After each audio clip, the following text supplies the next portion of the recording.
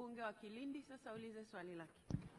Mheshimiwa mbunge Omar Kigua wa Kilindi anataka kufahamu lini serikali itajenga daraja la Sambu katika kata ya Masagalu Kilindi.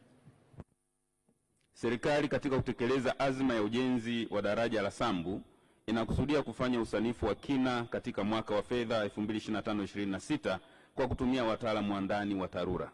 Mheshimiwa Spika, mara baada ya kukamilisha usanifu huo na gharama halisi za mradi kujulikana, serikali itatafuta fedha ili kuwezesha utekelezaji wa ujenzi wa daraja la Sambu. Mheshimiwa Spika, serikali itaendelea kuihudumia miundombinu ya barabara na madaraja ya wilaya ya Kilindi kwa kujenga, kukarabati na kuifanyia matengenezo kwa awamu. Mheshimiwa Omar Kigua, swali la nyongeza. Mheshimiwa Spika, asante na nashukuru kwa majibu ya serikali, lakini nina maswali mawili ya nyongeza. Swali la kwanza, Mheshimiwa Spika, Mheshimiwa Waziri amesema kwamba kwenye mwaka 2025 watafanya usanifu kwa ajili ya madaraja hayo. Je, ni kiasi gani kimetengwa kwa ajili ya usanifu wa daraja hilo?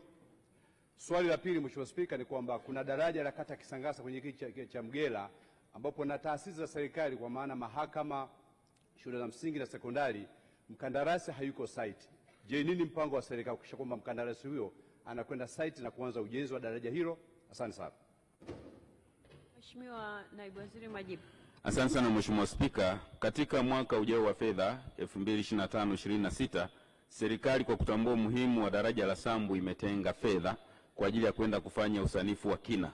Na kwa sababu ya taarifa ya figa, Mheshimiwa Spika, naomba nitafuatilia na kumpa jibu Mheshimiwa Omar Mohamed Kigua kwamba kiasi gani cha fedha kimetengwa kwa ajili ya usanifu wa kina wa daraja la Sambu na tutakwenda kutekeleza katika mwaka ujao wa fedha.